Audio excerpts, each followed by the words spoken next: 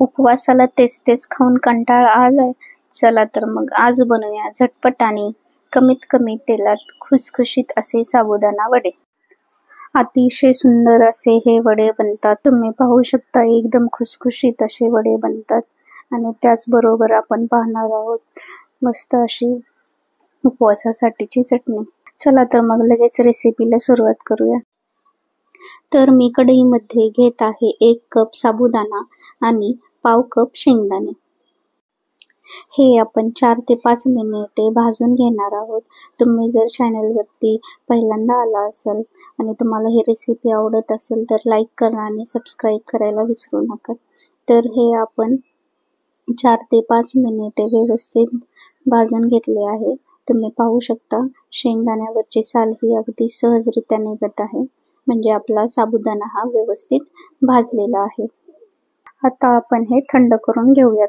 तर हे मिश्रण आता थंड झालेले आहेत. आता आपण हे मिक्सरच्या भांड्यामध्ये काढून घेऊया आणि हे आपण आता जाडसर वाटून घेऊयात.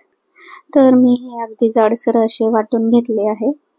हे प्रीमिक्स तुम्ही हवाबंद डब्यामध्ये 15 दिवसासाठी स्टोअर करून ठेवू शकता. आता इथे मी घेतलेले आहे 2 उकडलेले बटाटे. बटाटा आपण खिसून घेणार आहोत जेणेकरून बटाट्याच्या गाठी राहणार नाहीत आणि मिक्स होण्यासाठी मदत होईल. इथे बटाटा खिसून झालेला आहे. यानंतर आपण यामध्ये घालणार आहोत 4 हिरव्या मिरच्या. तुम्हाला हवे असेल तर तुम्ही मिरच्या बारीक वाटूनही घेऊ शकता. यानंतर मी यामध्ये घालत आहे चवीपुरते मीठ. हे आता आपण व्यवस्थित मिक्स करून घेऊया.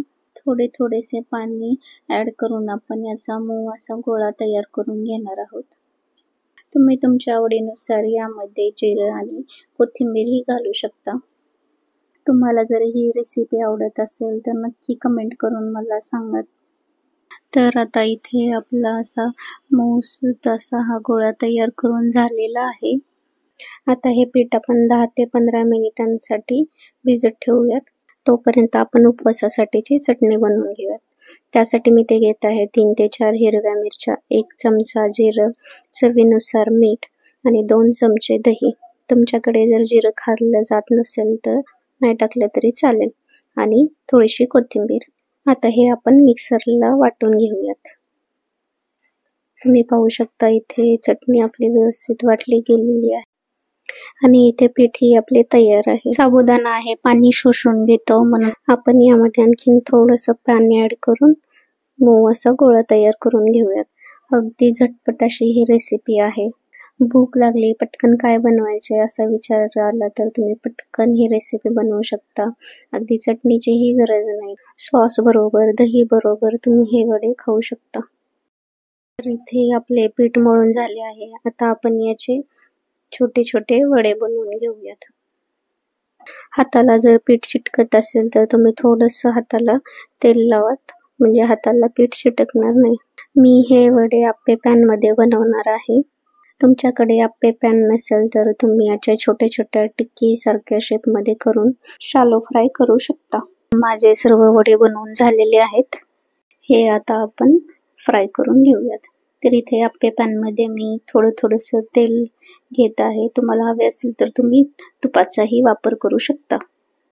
हे वडे आपण लो टू मीडियम हीट वरती 4 ते 5 मिनिटे आपण फ्राय करून घेणार आहोत. मध्ये मध्ये वड्यांना आपण फिरवून घेणार आहे जेणेकरून एकसारखे तळले जातील. तर 4 ते 5 मिनिटे झालेली आहे. तुम्ही पाहू शकता अतिशय सुंदर असा कलर आलेला आहे वड्यांना आणि आपले वडे तयार आहेत. तुम्हाला जर ही रेसिपी आवडली असेल तर नक्की ट्राय करा आणि कमेंट करून मला सांगा कशी झाली ती.